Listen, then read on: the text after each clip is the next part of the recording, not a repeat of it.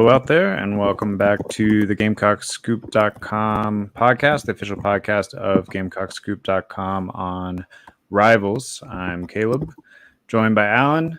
Feeling a little bit better with the hand. Those of you that watched last week, that was right before I had surgery. So now I've had surgery. We're doing good. But yeah, so kind of a interesting week in South Carolina athletics. We still got men's basketball portal things happening. Obviously, we're going to talk about last weekend that ended a little early in Dallas for women's basketball. And we're still in the midst of spring practice and a lot of recruiting visits. As usual, we'll start off talking a little recruiting. Honestly, there's like so much happening right now. So I'm going to try to wrap up a lot of the visits that have happened over the last couple of weeks in the weekly recruiting wrap up tomorrow. And then kind of look ahead. But a couple of like big notes. One of the biggest 2024 targets for South Carolina is 4-star edge Dylan Stewart. He's out of Washington, D.C., that DMV region, which, of course, South Carolina has made some big connections progress in over the past couple of seasons. He set an official visit for June 23rd. And I want you guys to go ahead and keep June 23rd in mind because that weekend is going to end up being a pretty big one. We'll kind of get the full list of all those as we get a little bit closer. But I can go ahead and tell you that over the summer, that's going to be one of those big weekends that this staff has done a really good job of putting together over the past few years, where you get a bunch of guys all on campus at the same time. They start to build those relationships. And then I think we saw in a recruitment like Nicholas Harbor, some of the things that I've heard about the final hours of that recruitment, which, if you'll remember, was kind of flipping back and forth between Oregon and South Carolina, to the point that that Beamer woke up in the middle of the night kind of concerned that he was going to go to Oregon, and then, between the middle of the night and him actually deciding, had flipped back to South Carolina. But one of the key factors there I've gathered is that a lot of the connections that he had made in the 2023 class were sort of reaching out, texting him, and you're creating a little bit of that like peer pressure. And not even peer pressure, because that sounds like it's like a sales job. Even I think you're literally creating that like family environment that they are always selling, and you're creating it between the kids and recruiting classes before you even get them on campus. So then there's this like community aspect. There's the group chats. There's whatever that are sort of all working together for you. So June 23rd should be one of those weekends. Like I said, we'll give you plenty of insight on who all is going to be there, but Dylan Stewart's the biggest name so far. The past few weeks have been a ton of talent coming through the doors. I know today the number 2 overall Rivals recruit for the 2025 class, O-lineman David Sanders, is on campus. He's out of Providence Day School in Charlotte. So that's obviously good news. Cameron Fountain is on campus today. That's another 3-star defensive end. I think maybe slightly underrated at that point. Could see that rise over the course of the process or whatever. And the list is so long. I'm gonna post the weekly recruiting wrap up tomorrow, and I'll kind of break down who all has been here and how that's going and where South Carolina stands. As far as Dylan Stewart goes, last time we talked about him, I kind of said it was a 1A, 1B situation with South Carolina and Georgia. I do still primarily believe that.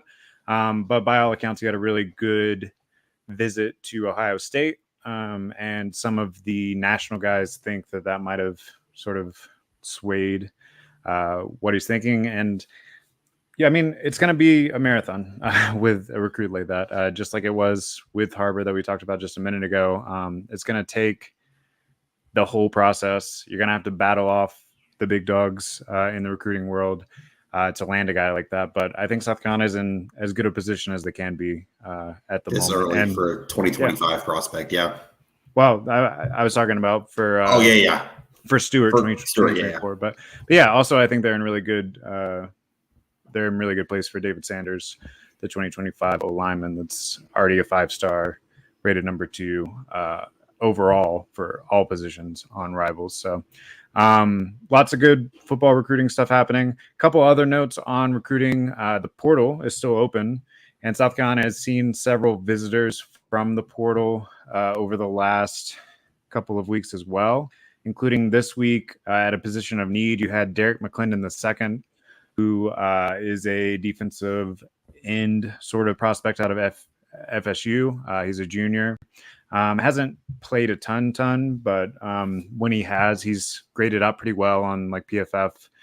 Maybe not quite as high as Jordan Birch, but higher than Gilbert Edmond. So, that he would be a good depth piece to add if you could. And then also this week, AJ, I'm definitely going to mess up his name, AJ Vongfashan. That's how we're going to say it, Vongfashan for now. I can't wait to hear, well, if South Carolina lands him, I can't wait to hear Todd Ellis try to say that. But no shade to you, Todd. But anyway, so that's a senior linebacker out of Utah State. He'd be a grad transfer. He's got a good size, 6'2", 230, and he had over 100 total tackles in 2022, along with 2 sacks, which you think about that linebacker room, it's deeper than it was last year, but also a lot younger. So bringing in someone that's got 4 years of college football experience, that would be a good move, I think. And the staff has talked about how they want to add at least one more linebacker in the portal. We're also expecting them to still be beating the bushes for a running back, and I'm sure some more defensive ends as well wouldn't hurt. So we'll keep you in the loop on all that. Men's basketball also has the transfer portal going on right now. They just landed their second piece this past week in Citadel forward Stephen Clark. He averaged, I believe, like 16 points a game for the Citadel last year. I'm doing this off the top of my head right now, sorry. But anyway, good ad, I think. Kind of the Hayden Brown sort of role once again, although I would say he's a little bit more of a finesse player and less of a like banger in the way that Hayden Brown was. But he can score from pretty much all over the floor, which is the sort of guy that Paris seems to like, especially in that forward position. So create your own shots kind of thing too was something this offense didn't have a ton of last year. Right. So that's the second portal edition so far. You got Talon Cooper, who we talked about last week as well. And then they're still in it for several other guys. So you got the Wofford guy, BJ Mack. They're still battling with Arkansas, LSU, Alabama, Iowa for him. So that's going to be a tough one. And then there was someone else that literally just put him in their top 5. Yeah, from today. Temple Reynolds. Yeah, Jamil Reynolds. Yep. He's got Cincinnati, Kansas. That's going to be tough to beat. But Cincinnati, Kansas, Mississippi State, UCF, along with South Carolina in his top 5 that he tweeted, I guess, yesterday now. Yeah, and that's the thing. Like, I've seen a lot of people kind of panning these mid-major guys that South Carolina seems to be going after, but look at who else is going after them. Just because they're a mid-major player, if you're one of the top mid-major players, you probably developed a little late or got overlooked in the recruiting process or whatever. But pretty much all of these guys, I think, deserve a spot on a Power 5 roster. 2 mid-majors just made the Final Four, people. Like, not even a week ago now. Right. So yeah, I have seen a little bit of that whenever these first few announcements and portal targets have come out. But I think that the roster construction is starting to at least make a lot more sense from a blueprint perspective than it did last year around this time when he was sort of, I would say, grasping at straws a little bit more. I mean, he needed bodies last year. Right. Exactly. That was the main thing. Which, to be fair, they still do need some more bodies this year, considering the attrition and the fact there's only 2 players in this recruiting class right now. But he's not done yet. But that's a pretty good first 2, I would say, between Clark and Cooper. Yeah, and I do get it. You haven't had the splashy name yet. I don't know if you're necessarily going to get the splashy name. But the more I've talked to Perry McCarty, who covers a lot of our basketball stuff on GamecockScoop.com, he's feeling pretty good about most of the variety of players. I think you feel much better if you get BJ Mack, who I think is legitimately going to start for any of those schools. but yeah, we'll see how that all goes as it continues to play out. It also won't surprise me. My fire alarm's going off.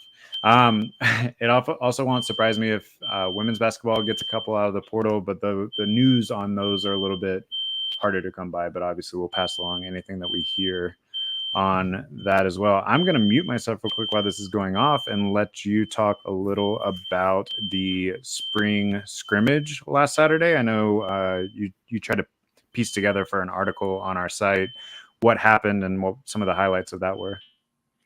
Yeah, so South Carolina did have their first scrimmage last week. It's a behind closed door scrimmage. Beamer, I think he mentioned it in presser last Tuesday going into last Saturday, they were going to play a scrimmage. He said they got about 115 plays off. And out of those 115 plays, what we know is there was only one turnover. That was something Shane Beamer said. He said it was an interception. We kind of got a little bit more of a look at Dowell Loggins and his offense. He said they got a lot of situational work in. We've seen a little bit of the depth chart between that and the practices. Can go into that a little bit more. It's a scrimmage. It's not even the main scrimmage of the spring. Obviously, the Garnet and Black game is I guess 9 days away. But yeah, it's some stuff you can take from there. I think the turnover piece is interesting too. And I guess, I don't know, it's tough to take a lot, but he did. I'm looking at the quote now. He did like the young guys. He said he thinks they all flashed kind of their moments. And I've heard the word belonging a lot, both from Shane Beamer and today Montario Hardesty, the running backs coach, was talking about how Mario Anderson belongs. He doesn't look like a D2 kid. Beamer's used that word too with a lot of his freshmen. He's talked about Desmond Umeozulu and Pop Howard and Lenore Sellers, who I don't think is going to play much, but that all these guys belong. They don't look out of place. They feel like they're where they should be. It's not obvious they're freshmen, I guess. That's kind of my big takeaway from both what Hardesty said today about one of his transfer additions and what Beamer's been saying about the freshmen. Yeah, I mean, and you're going to have to rely on several of those guys, so I hope they belong. Marquis Anderson, too, is another guy we've been hearing about a lot. He's running with the twos right now with the offensive line, at least in the portions of open practice we've gotten to watch. Yeah, it sounds like it's going to be that he's the true freshman that's most likely on the O-line to kind of step in, maybe not to a starter role, but to some of the rotation. And then, yeah, like you mentioned, Umeozulu is definitely going to be relied upon on the edge. I wonder if you could talk a little bit more about the edge. I know that Beamer and Lucas, who you guys talked to a little bit today, spoke on it a little bit this week, but it also seems like they're a little bit tired of answering questions about the depth. Yeah, I think they are, but also I think the questions are fair. I mean, you look at kind of I understand Jordan Strawn's out right now. They are expecting him to be full go for the season. I don't know why he wouldn't be at this point. But even around him, yeah, it's true. They lost Gilbert Edmond. They lost Jordan Birch. That room is thin right now. Guys he mentioned today were Brian Thomas Jr., Terrell Dawkins, we know is healthy now. We had him at the podium a couple weeks ago. Desmond Umeozulu, who we just mentioned. And then I guess that's kind of what you're looking at now. I guess, I'm blanking somebody here. Tyreek Johnson. That's another guy that I think is going to end up having a pretty big role on this team come the fall. I don't know if you feel great about that room. I feel like you're kind of putting a lot of chips on Strawn staying healthy, Umeozulu being ready as a freshman, and Dawkins staying healthy, right? You're kind of pushing a lot into that. And those are all three question marks that could break right for you. But if they don't, or if 2 out of 3 don't, you're very thin there. I mean, they've got Donovan Westmoreland, who's a linebacker working at edge. It kind of answers the question for you, doesn't it, about how they feel about the depth? Yeah, which there was also the idea that maybe he would develop into an edge player, but I still think he's probably a little undersized for being an every down guy with his hand in the dirt. So probably not the most ideal at this point in his career to be relied upon in that role. But yeah, maybe you land like McClendon out of the portal or someone else that we haven't seen hit the portal yet, because there'll be another wave after spring practice here. So May 1st through the 15th is your target dates. Yeah. Now, another thing that's been an ongoing storyline this spring is the new offensive coordinator, Dowell Loggins. We talked a lot prior to spring when all that process was going on that he wasn't the sexiest name, I guess, that Beamer could have gotten, but that Beamer felt pretty confident about that choice. And then I feel like we've heard a lot of the other assistants and some of the players sort of mirror a lot of that. What are you hearing about Loggins and him instituting his new offense this spring? Yeah, actually, I asked Montario Hardesty about how that kind of meshes with the running game, and he was saying how much he likes how multiple Dowell Loggins is, how many different. I mean, you guys can watch the clip back, the presser. He listed a few different kinds of schemes, a few different types of running backs that Dowell Loggins has worked with, and I guess when you put it back together, and this was something Hardesty said today, Arkansas ran the ball really well the last 2 years. That was a run-first identity team. A lot of that is Sam Pittman and what he does too. But this is a guy who does – it's tough because I do think he wants to run the ball, but also you look at the personnel on this roster, Rattler, Juice, his guy Trey Knox coming over, Josh Simon, Leggett, et cetera. I think there's going to be a good balance to this offense. I really do. It's one of those things you're not going to be able to know for sure or see until, I guess, September 1st. But I think there's I don't think it's going to take as long for them to find an identity as people think is kind of more what I'm getting at here. Now, whether what that looks like with execution or if his play calling sequences are rickety, kind of some of the Marcus Satterfield stuff, that's different. But I think in terms of what they want to do and how he wants to go about it, I don't think that's going to be as much of a transition as people think. It just has to translate to points, obviously. Yeah, I do think to some degree when you get to this level, right, it's not like everyone's scheme could work theoretically. Sure. But a lot of what I think South Carolina fans will be looking for in the spring game, and then obviously as we get into the season, is whether or not he has that feel for in-game play calling, which it felt like Satterfield struggled with at times until the end of the season when the whole F it mentality or whatever took throw it out the window. Yeah. Which, I'm sure a lot of South Carolina fans will also be watching some Nebraska games this coming year to see if the curiosity there has continued or if maybe there was something else going on there. Any other spring football notes? Obviously, next week we're going to talk a lot more about the spring game, sort of some of the things that we're looking for in that, and we'll have another week of practice to look at. But yeah, that's about what I have on spring football. I mean, you've got, I guess there's a couple injury notes. We know that Marcellus Dial and Peyton Williams a little bit banged up. They weren't at the open portion of practice on, I think, Tuesday. We were out there for 6 periods. Neither one's supposed to be long-term. Ja'Kiah Moore is out with a family issue right now, according to Beamer. Obviously, best wishes to him. He was not at practice either. We don't know what his status is for the rest of spring, but obviously family comes first. He's not in Columbia right now, as far as we know. I think that about covers it on the injury front. There's next week. Spring game is next Saturday. We have 2 more open practice viewing periods. I think 5 periods on Tuesday and Friday. And then there's Beamer and coordinators and players next week in the run up to next Saturday night, which is a primetime spring game again.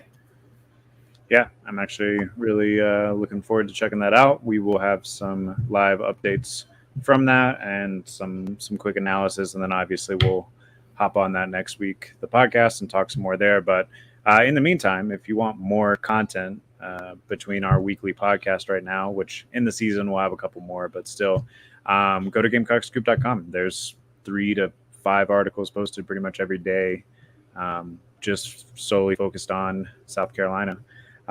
Let's get into the other major story since we last talked, probably the most major story since we last talked, which is the women's basketball team falling early in Dallas last week. So they fell to Iowa. Caitlin Clark went off for 40 plus, like you said that she would need to do. There was, a little bit of commentary on whether or not she was disrespectful during that game, and then whether or not Angel Reese was disrespectful to her after that.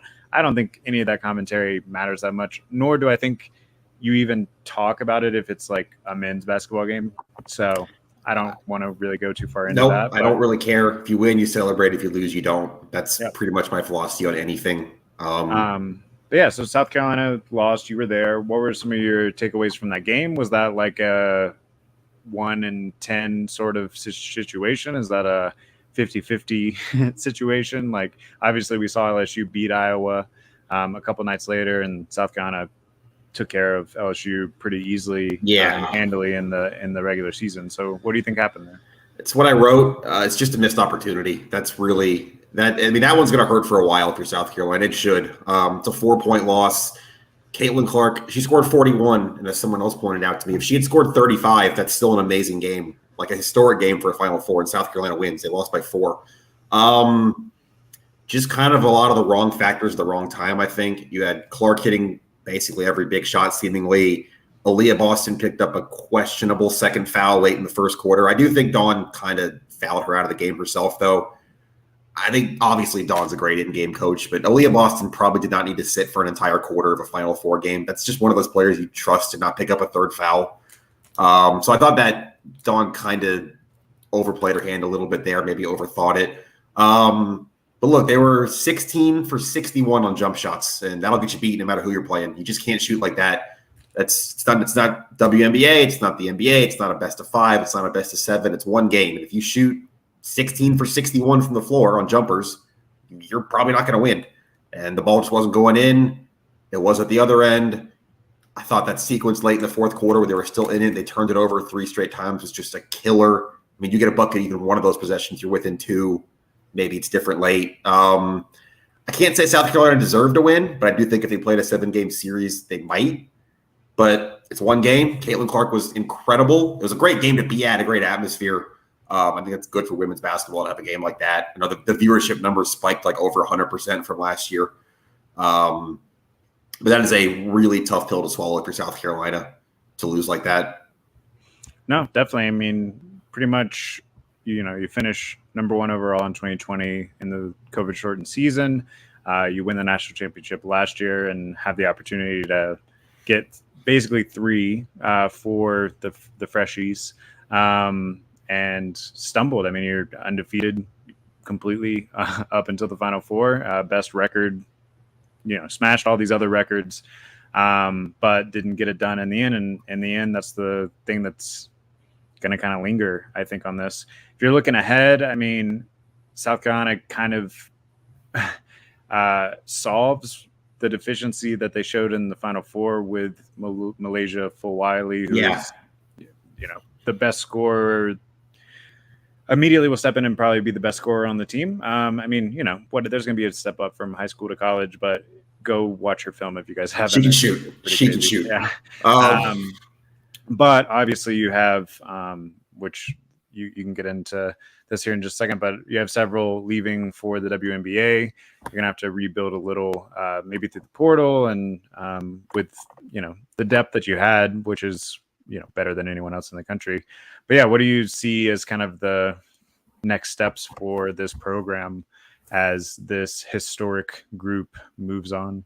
So, yeah, you've got 10 scholarship players right now. You've got 7 players coming back from this year's team. You've got 3 in this recruiting class, Fulwiley, Tessa Johnson, and Sonia Ja, I think is how you say her name.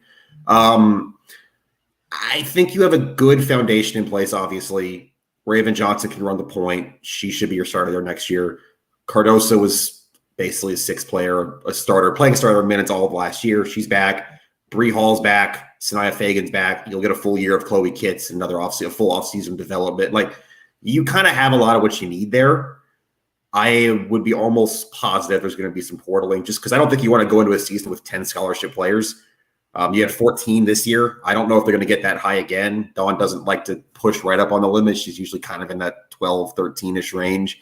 But I think the main point is she has a lot of flexibility. They're not up against the roster limit. It's kind of similar to Lamont, honestly, with how much he lost. Obviously, a very different circumstance what he lost versus what Dawn's losing. But Lamont can kind of be choosy, go after what he wants, figure out what fits in the portal because he's got the open scholarships, and Dawn's going to have the same thing. And obviously going to be selling a much more built-up, established program than what Lamont is.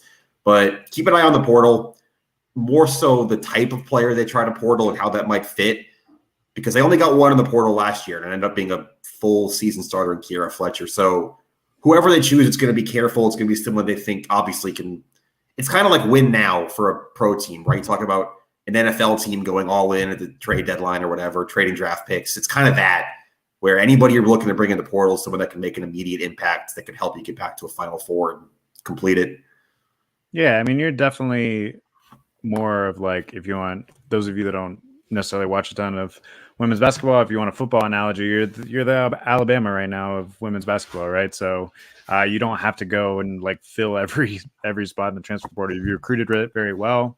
You have tons of McDonald's All-Americans still on the roster. But if you can go pick up a Jahmyr Gibbs, you might go pick up a Jahmyr Gibbs, you know? I would expect something like that, at least one. I don't think they're going to go to season with just – I don't think you want 10 players total and 3 of them freshmen on your roster next year. Yeah, definitely. So, and I'm definitely excited to see Fulwiley once she gets on campus. And yeah, it is too bad that they came up short here. Obviously, still an incredible achievement to make it as far as that they did. There's very few Final Fours at all in program history, men, women, whatever, obviously. But once you get to this level, obviously you also start to get judged on a slightly different curve. And they came up short on this one for sure. Yeah. It's going to hurt. It's going to sting. I wrote about being kind of a missed opportunity even for such a great team. That's kind of what it is. It's 4 points. They lost a 4-point game. It's one of the best players in the country. And that's tough. But nothing they can do about it now, and I'm sure it's going to be an interesting offseason. Stay on Gamecock Scoop for all the portal updates. And speaking of highly ranked teams and LSU, there is quite a big baseball series at Founders Park this weekend, or as much as the rain will allow. Yeah, so a lot of what Gamecock Scoop is going to become over the next few months will be baseball-centric and off-season football topics and all that sort of thing. And yeah, now that everything's finished, we can fully focus on baseball. And what a great time to fully focus on baseball with the number one team in the country coming in to town this weekend to kick off a really brutal, I believe you called it, gauntlet over the next several weeks. You guys got to talk a little bit to the team about how daunting they feel about that gauntlet. Also, before we get too deep into LSU, we should note that the weather is going to play a factor this weekend, almost certainly. Should get in the game tonight. Tomorrow will be touch and go. And then Saturday, we already got an update that the Carolina Invitational or whatever. Track meet's already been canceled. Track meet is canceled. So just to give you an idea of what the weather's looking like and how hopeful folks are feeling about getting that game in on Saturday. So we'll obviously update you guys as we get more info on all of that. But it wouldn't surprise me if they don't get all 3 in or they somehow have to reschedule or move ththings around, whatever. But anyway, you're going to get to test your mettle against the number one team in the country for at least a game or two. How's the team feeling about this challenge? I know I believe it was Jerzenbeck said LSU has to play us. Right? I was going to read that quote now. That's actually my question. Jerzenbeck, first of all, big midweek win. I wouldn't gloss over that first. You played a top 15 team in a neutral field and you shut them out 5-0. It was Becker 3 innings, Jerzenbeck 3 innings, shut out, and then Nick Proctor, Eli Jones, and Kate Austin each for an inning to shut it out. So that's a big one there for your resume, for your RPI. I wouldn't gloss over that. But after that game, we had Jerzenbeck post-game, asked him about LSU. He says, quote, "Of course, it's a great opportunity, but they're facing South Carolina. It's not us facing LSU. They're coming in and facing us. I'm ready for it, and it's going to be a fun ride." And then Mark Kingston, who we had yesterday in a press conference, echoed that same thing. He said, quote, asked about Jerzenbeck's answer, "I think his answer reflected that we're a confident team, and we should be. When you win 27 of your first 30 games, you should be confident. They're good. We're good. Let's go play." Yeah. And so you come in as the number 6 rated team by D1 Baseball and LSU number 1. All, of the college baseball world will have their eyes on whatever games get played this weekend at least. When was the last time that happened? Just take that for a second. That the college baseball world's on Columbia. Just take that for a second before you even get into the games. Yeah, it's been a minute. I expect Founders Park to be rocking. You should have a good time. It's gonna be a great atmosphere tonight. Also, how was the Charlotte crowd? Good. It was about 50-50 from where I could see, but it was a good. I don't remember. I think the attendance was over 6,000. That's a nice. I think they do that every year. That's a good midweek just to get one big one in there. It's about neutral site. And they were pumping up the football game too. They had the Dukes Mayo people there, and because it's the same thing. It's those two teams in the football stadium across the street. It's Labor Day weekend. Yeah, which is, I mean, that's going to be a great first test for all the things that we've been talking about there too. One thing I did really quickly gloss over, South Carolina won 2 of 3 in Starkville last weekend too. Looked pretty good, but Noah Hall, who's been pretty much perfect throughout this year, definitely struggled, and they lost. They got run ruled in that game, the game 2. But otherwise, took care of business. Sometimes you're going to have off nights, freak things happen, whatever. Tonight is going to be tough. Paul Skeens is coming into Columbia.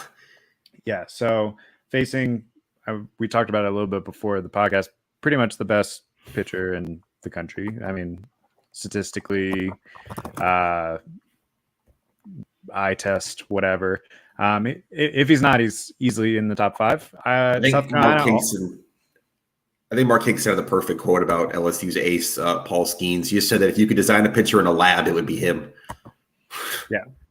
And of course, South Carolina has their own ace, Will Sanders, pitching tonight, who just really, we've talked about it several times. He hasn't quite looked like himself yet this year. Tonight would be a good time to kick that in, because I think runs are going to be hard to come by. Yeah, he did get the mental reset, the whatever you want to call it. We didn't talk about it yet, but he did not pitch in Starkville last weekend. They gave him the weekend off. Was it Eli Jones who started in his place last week? That Thursday game? I was in Dallas. But yeah, so we'll see if a week off does him some good, clears his head, shakes it off. And he has always been a pitch better in the bigger game spot. You remember in Hoover last year against Florida, how great he was in that game, even though they ended up losing. Maybe he meets the moment tonight, but also Paul Skeens, the numbers kind of speak for themselves. This is going to be a game, you're right, 1 run, 2 runs, that might be enough for LSU. He hasn't given up more than 1 run in any start this year, Skeens. So if you're going to have a chance tonight, Sanders is going to have to be the absolute best version of himself. And we haven't seen that yet this season. But if a week off helped him, who knows? Yeah, I mean, this is one of those things offensively where if you are facing a superior opponent, which, it's arguable whether or not LSU is superior, but I would say they're the betting favorite to win the series, right? That the home run to strikeout ratio might play into your advantage a little bit, just in the sense that it gives you a puncher's chance, right? So you're going against one of the best pitchers in the country, but it only takes 1 shot, and pretty much everyone on the roster has the ability to send one out. So I do think in a series where runs are going to be tough to come by, maybe some of the heroes we've seen thus far this season, Petrie, Cassis, Wimmer, you might see one of those guys. Paul Skeens has faced 160 batters this year in 44 innings. How many home runs has he allowed? Do you know off the top of your head? Like 3? 0. Wow. That's impressive. Yeah, I mean, we'll see it's going to be fun tonight, but we'll see what happens. And honestly, it's this 3-week stretch, right? I wrote about it yesterday. I would encourage you guys to check it out. But it's LSU, it's Vanderbilt, it's Florida, 3 weeks in a row. Maybe you don't get all 9 of those games in looking at the weather, but you go 4-4 in those 8, 3-4 in those 7, whatever rain allows you to play. I think that validates a lot of what you're seeing, or what you've seen so far. Yeah, I think if you go 45% of those as wins, or I'm not good at math to get it perfectly, but yeah, I think 4-5 or 4-4, 3-4, whatever amount of games get in, I think you feel pretty good about where you stand. You pretty much, if you can go 500 in the SEC the rest of the way, you're in. I think you're hosting. I think at that point. I mean, yeah, but obviously there's still the upside to do even better than that and finish as one of the top couple of teams in the SEC and potentially be a national seed and all those things. Yeah, and I think it's a better conversation for after this stretch. But I definitely do think now that you've got 8 SEC wins in the bank already. You've got 21 more games scheduled. We'll see if 21 actually get played. But yeah, you're right. If you go, let's say they get 1 game banged this weekend, you have 20 SEC games. You go 10-10 from here. I mean, that puts you at 18-11 in the league. That's probably hosting. You're talking about maybe a national seed. They've done a lot of the work already. Maybe I shouldn't say that. They put a lot of wins in the bank already. Yeah, it's tough. The schedule's pretty weird because I still think, even though they have put up a ton of wins and they deserve a lot of credit for that, there are plenty of teams every week that are losing to inferior midweek opponents. South Carolina's only done that once. But they really still haven't been tested that much. So this stretch will really prove whether or not they belong or whether or not they're a little bit of a paper tiger, I guess. Yeah. I think this team's ready for it. I think the pitching depth's going to really come into play. Maybe not this weekend if you'll get all 3 games in, but really when you go to Vanderbilt, when Florida comes here, and you can just keep throwing guys out on Saturday, on Sunday, it's going to be good. This is kind of what you want, right? What you've not had here in a long time. Full ballparks, big games, television. This is kind of what I think a lot of people think South Carolina baseball is supposed to be. And even if it's just for 3 weeks, enjoy it because you haven't had it in a while. Yeah, and I think something that maybe doesn't get talked about enough in this down stretch of Gamecock baseball that seemingly they're coming out of to whatever degree. The SEC's gotten a lot better since they were a decade ago. So, even if you are reaching that level, it's not going to look the same as it did in 2010, 2011 or whatever. You just have a lot more competition across the league rather than just like 1 or 2 teams that's competing with you. Yep, and that comes with LSU tonight. That comes with Vanderbilt. That's Florida. You're going to get Arkansas and Tennessee later in the year. I don't know. It's time. Like, took care of business. Georgia, Missouri, Mississippi State. I don't think anybody thinks those 3 teams are national title contenders. It's time, and we're going to see what happens tonight against Paul Skeens. And you talk about facing not just a pitcher, a better one they've seen this year, the best pitcher in America. And if this lineup can do anything against him, I think you feel great going into the rest of the weekend, the rest of the season, and kind of your big picture 2023 South Carolina baseball. Oh, definitely. If you somehow steal a win tonight, then you're feeling on top of the world. So yeah. And you have an argument to be in that top 1 or 2 spots, I think, especially if they don't get all the games in this weekend whenever the polls come out next week. But that's a big but. So check out GamecockScoop.com tonight during the game. Alan will be there on site with some live updates, some post-game analysis, and we'll be back here next week to break down what happened, to preview the spring football game, to preview another baseball series, and really getting into the fun part of the year, I think, not just sports-wise, but this is just a great time of year to be alive, right? The birds are chirping, the sun's out. There's some rough weather coming in this weekend, I guess, but for the most part, it's good times. Especially, I was gonna say everyone's excited about Augusta too, and Columbia is not that far from Augusta. That rains that's gonna hit South Carolina baseball is probably gonna hit the Gulf too, but we'll see what happens. That's true. I didn't even think about it being Masters weekend, but yeah, what a great weekend to be chilling, watching some sports. Everything, yeah. All right. Until next time, this has been the GamecockScoop.com podcast. Make sure you like and subscribe so that you get alerts whenever we go live, usually on Thursdays. And we'll see you next time.